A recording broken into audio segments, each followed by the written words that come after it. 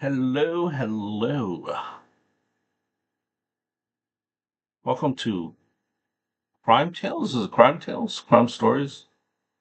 Forget what I put in the caption. Oh man. So this looks a little plain here. That's all right. We're gonna eventually change that. We'll work on that, and it's gonna be all fun and dandy.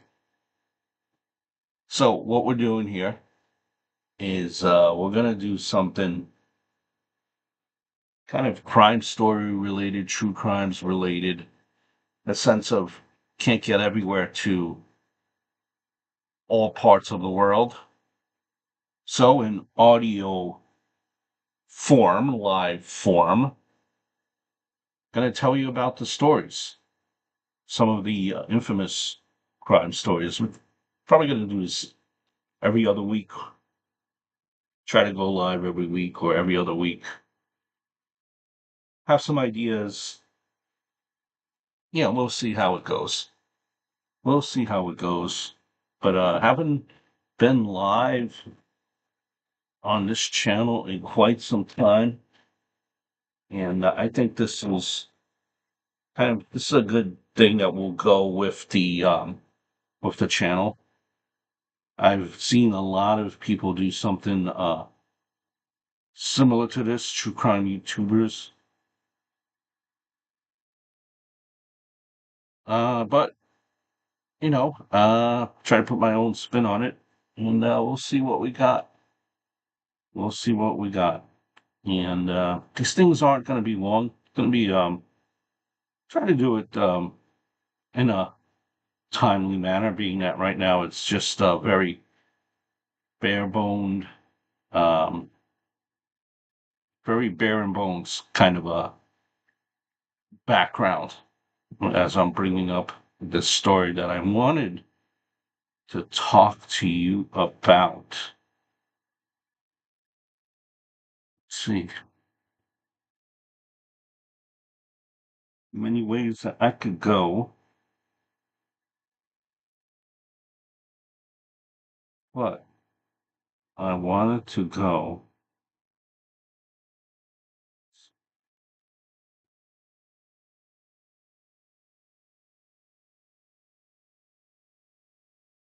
See, I had one in mind, but I'm like, I don't know. This one I think was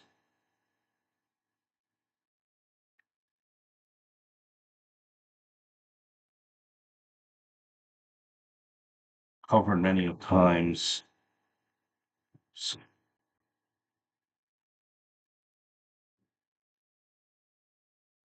And I do welcome, please hit the subscribe button. So the case I want to talk to you guys about is the Ken and Barbie killers of Canada. If you're a true crime, maybe you've seen this story on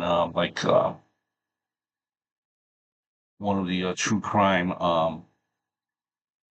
channels, but I don't think you may have. It's not really been talked about all that much, being that it's in Canada.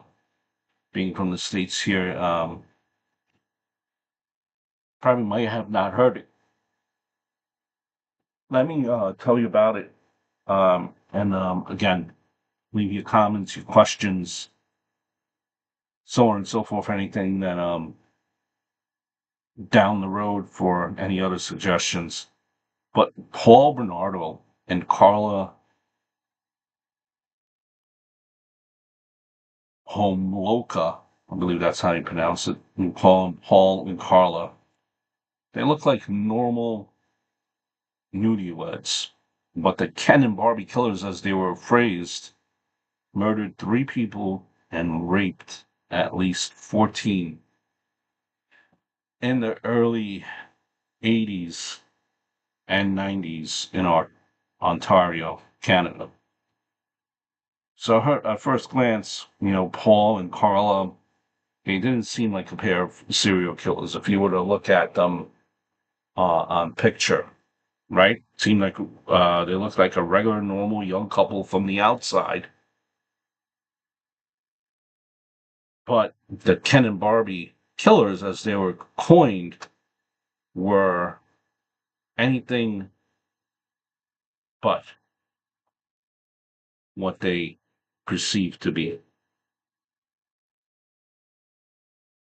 Now, Paul was a salesman by trade that lured his female victims using pickups and pitches that he had learned on his day job. He had studied how to entice women like he studied how to do well in business. He read the novel American Psycho like his Bible.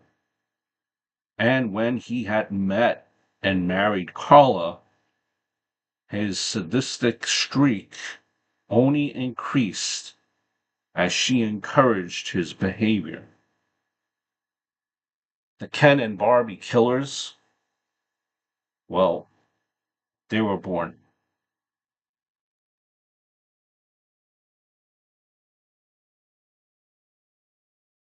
In the end, the Ken and Barbie killers were found to be responsible for at least 13 rapes and 3 murders in and around Toronto between 1986 and 1992.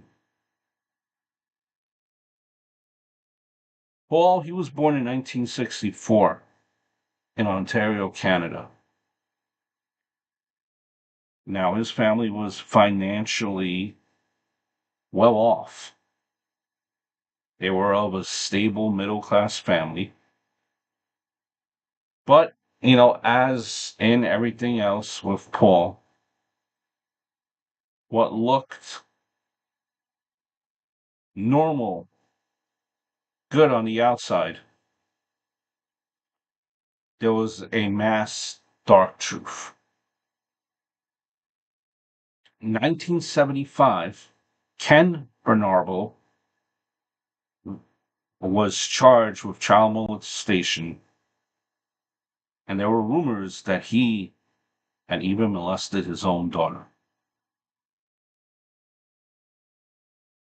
Paul Bernardo did not seem to be affected by this dark turn in his childhood.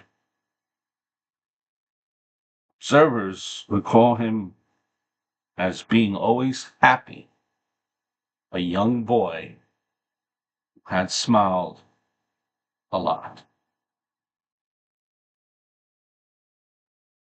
Now, fast forward to when he was 16, his mother had revealed to him that he was actually the result of a extramarital affair, that Bernardo's outward behavior began to noticeably change.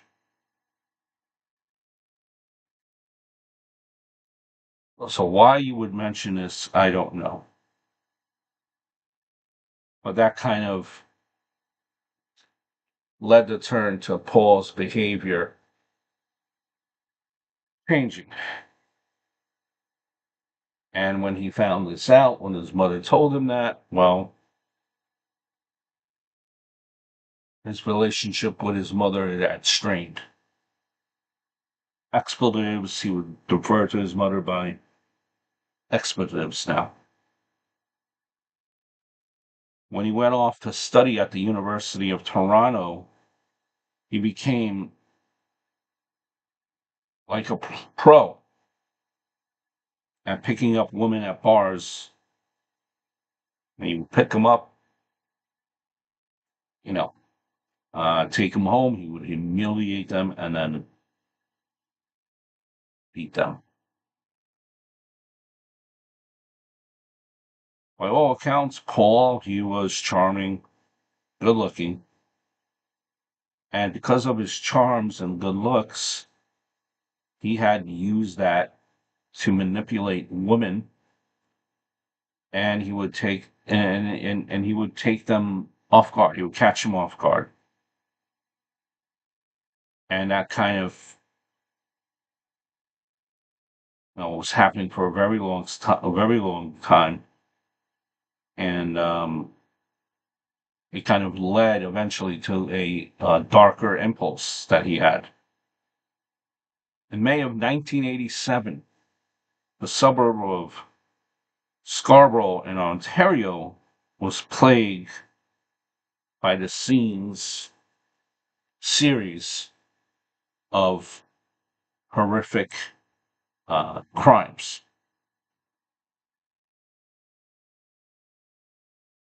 In the early hours of the morning of May 4th, 1987, a young woman getting off the bus was grabbed and she was raped near her parents' home. Over the next week alone, there would be two more similar assaults.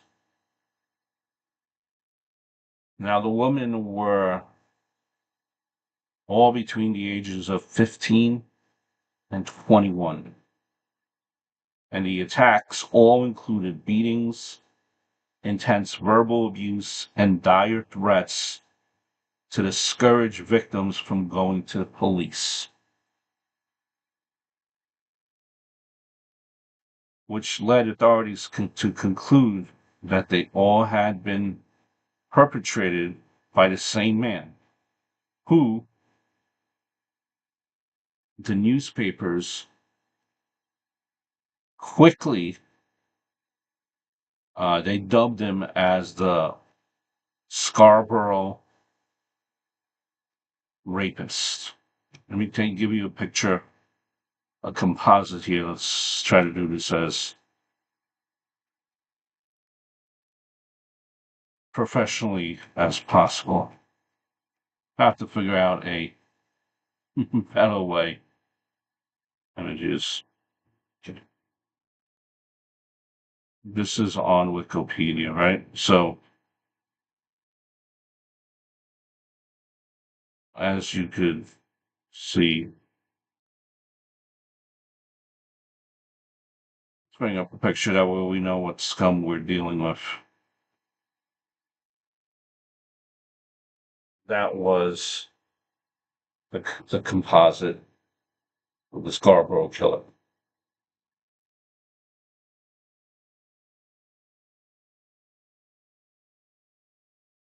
During his nearly 5-year rampage as a Scarborough rapist, in case you didn't know, that was the great character of Paul Bernardo.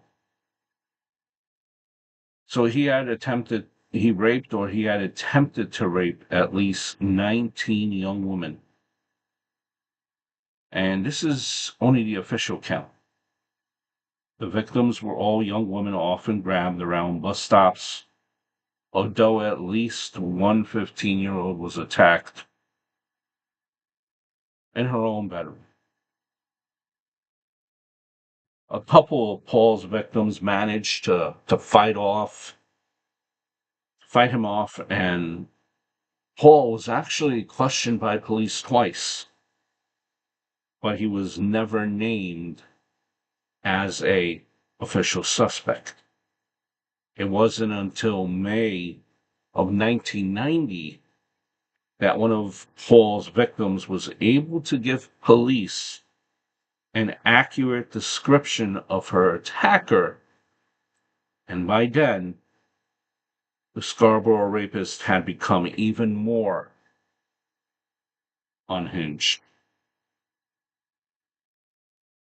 So in 1987, Paul had met Carla. He was 23. She was, get this, you think uh, you think she was an older lady? Nope. She was 17. And put you up a picture.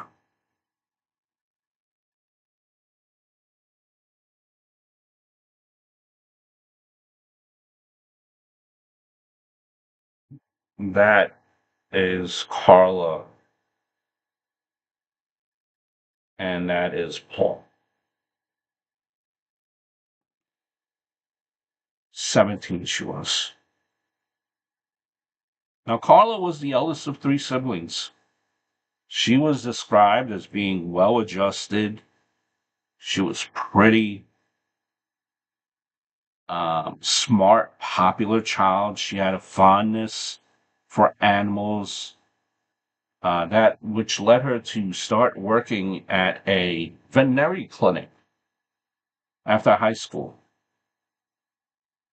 Again, just like Paul, there was nothing in her outward appearance that hinted anything even remotely weird or sadistic or issues lurking just beneath the surface of her. Paul and Carla, they had what was described as an immediate attraction, one which only it grew in intensity when Paul discovered that, unlike the other girls he had dated, that Carla, she had shared the same sick fantasies. They quickly began what is described as a sadomasochist relationship in which Paul acted as a abusive, I guess, master, for lack of a better word, and Carla could be described as being a willing participant, and this happened the whole time while they dated. While they dated, Paul was also just brutally raping, um, girls in Scarborough with Carla's knowledge and approval. Wow. Now, these two eventually became engaged. Carla would describe to a friend how, quote, Paul and I are happier than ever. He's being so great, so romantic, but that's typical of my honey, end quote. But the truth was that 3 years into their relationship, Paul was getting bored. He had complained to Carla that she was not a virgin when they met, and soon turned his attention elsewhere. He had turned that attention to Carla's 15-year-old sister, Tammy. Now, far from being outraged at Paul's desires, Carla, she encouraged them. She told Paul that she wanted him, now cover your ears for this one, that she wanted him to have her little sister's virginity for a Christmas present. Thus, the crime that remains perhaps the Ken and Barbie killer's most disturbing was set in motion. December 23rd, 1990, while at a Christmas party at Carla's family home, Carla had spiked her own sister's drinks with anesthesics, animal medicine that she had stolen from the clinic where she worked. Now, that night, while the rest of the family was asleep and Tammy was unconscious, Carla had placed a kind of a chemical um, on a cloth, and she had placed it over her sister's mouth and took turns raping her with her fiance. And they had videotaped the whole entire brutal incident. Now, when Tammy had began choking up vomit, the couple panicked. They tried to hide the evidence before calling an ambulance. The teenager never regained consciousness.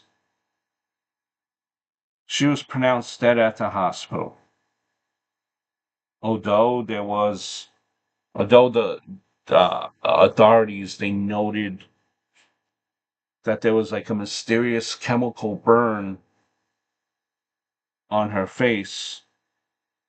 The drugs in her system were not detected, and her death, it was ruled as an accident as the result of choking on vomit from alcohol poisoning. Once again, at this point, the Ken and the Barbie killers, they had invaded justice.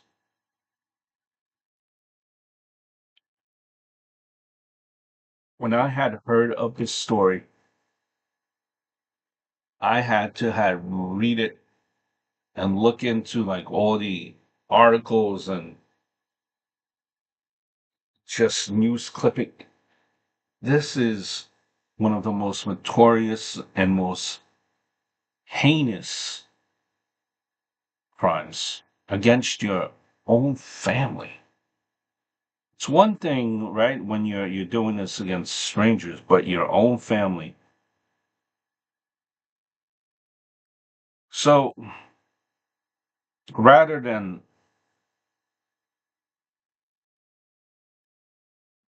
you would figure right after this accident happens that Paul and Tammy would, I don't know, calm down, stop what they're doing. This only kind of increase their like craziness, their psychosis in their head.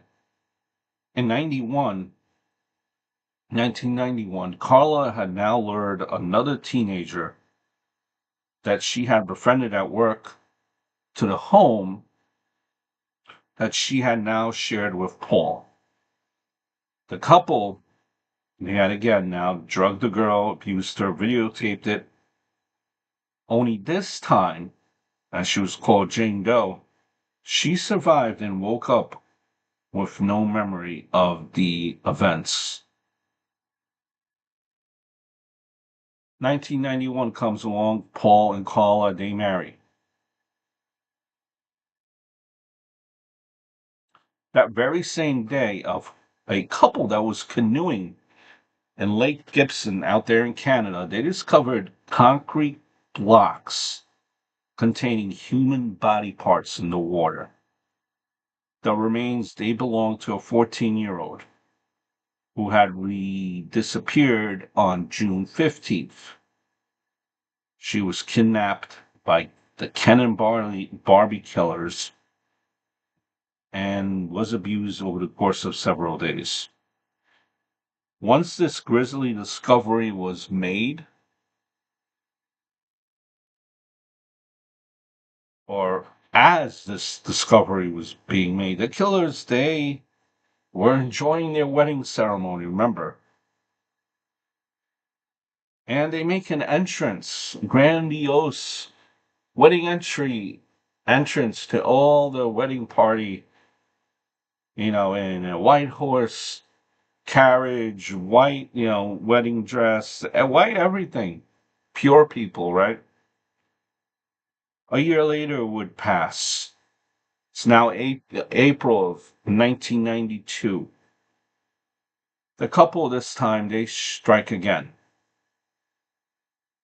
This time they grabbed and killed a 15-year-old, Kristen French. They left her body battered and her hair partially shaved in a ditch along a rural road. See, now they're getting sloppy. Now they're getting careless. Police soon realized that the two murders were connected after the release of a composite sketch that resembled Paul. Tips were called in, some from coworkers and friends who had reported Paul's disturbing kind of reputation for violence.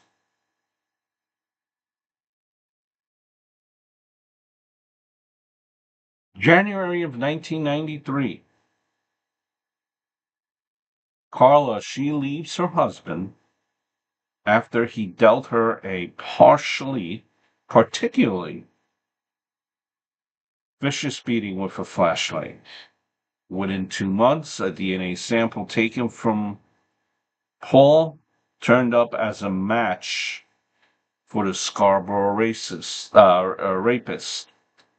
and he was put under surveillance before eventually being arrested in February of 1993.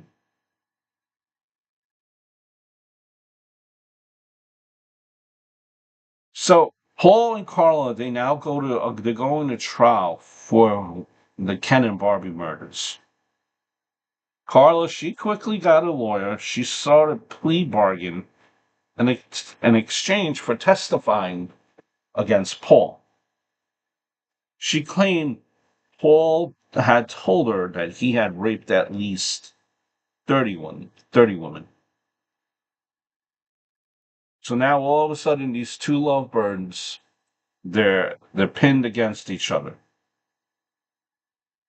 So what the Canadian government was going to do is they agreed to a 12-year sentence for Carla in exchange for cooperation. Although this backfired dramatically when the videotapes that the couple had made showcasing their gruesome crimes was discovered, and now the court knows that the true nature of Carla. I think the court and the detectives, they had kind of an impression that maybe in the beginning Carla was very innocent and just kind of forced to go along with the ride because Paul was so abusive and really tried to get out and she couldn't get out, so on and so forth. But once they discovered these tapes, that was a little bit of a different scenario. And it showed that Carla was not the abused victim that she had attempted to portray herself as, but rather being a sadist. Being a sadist. So Carla was ultimately released in 2005. She had remarried, given birth. In this trial, Paul was found guilty of all charges against him. He's in life for rape, murder, and kidnap of two teenage girls, although it is believed that he had killed a couple more.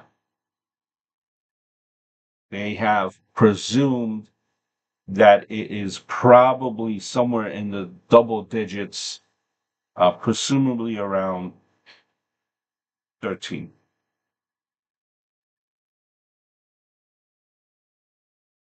So this dude, he had an application for parole in 2018.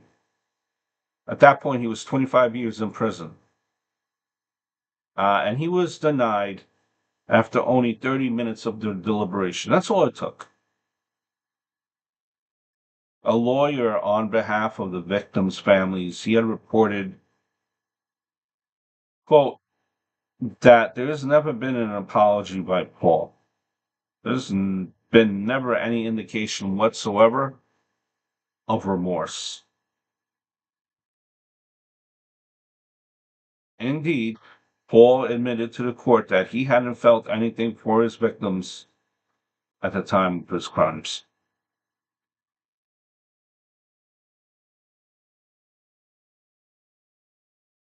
Just, a guy or dude, just never, But see, she was just as guilty as he was, and she is free, right? Right next to him the whole time. She should be in prison.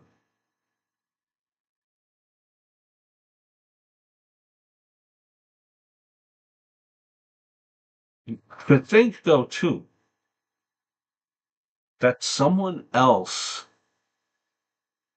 married. They have a kid with her supposedly. Wow.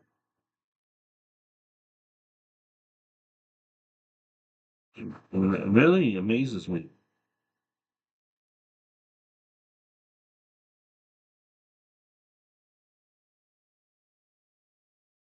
People like that, like Paul, very thinking this. Never, I am sure, never to see the light of day again. So that was the case of Paul and Carla from Canada, the Ken and Barbie killers, as they were dubbed. Canada's a nice place. I don't think I'll ever get to go to Canada to kind of vlog and tell that story and visit all the scenes. But you kind of have the idea. This is kind of the route that I'm going in. I want to do these maybe every other week. Do watch alongs, true crime related, or even um, famous places watch alongs when these things pop up. But yeah, again, Ken and Barbie killers in Canada. If you want to do your own research, look at clips even furthermore to learn more about the story. That wasn't just like the short version of the story. And look, finally reached 1,000 subscribers, which took a very long time, but that's a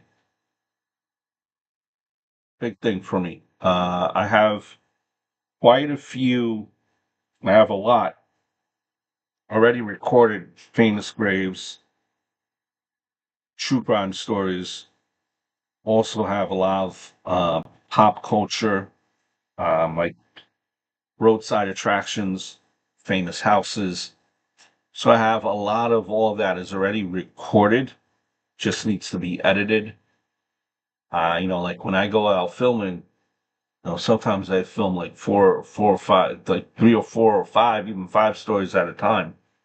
And I have a lot. Have them all in my notebook because that's how many I have. Like you kind of you like forget what you have and where you have it. Um, and I usually put out my videos. I have a lot of also where I can do a lot of shorts, a lot of various odds and then quick stories. So I look for shorts as well. But I want to put out at the very least two videos every week, and maybe like a short or two or live on top of those two videos. So we'll see what happens. This was fun. I love true crime. Um,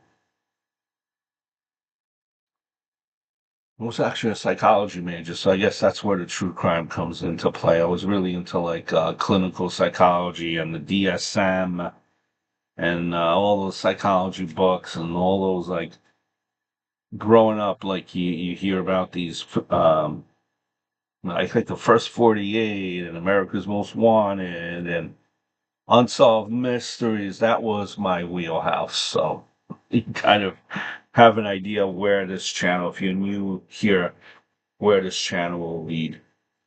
So I hope all is well and adios, and we will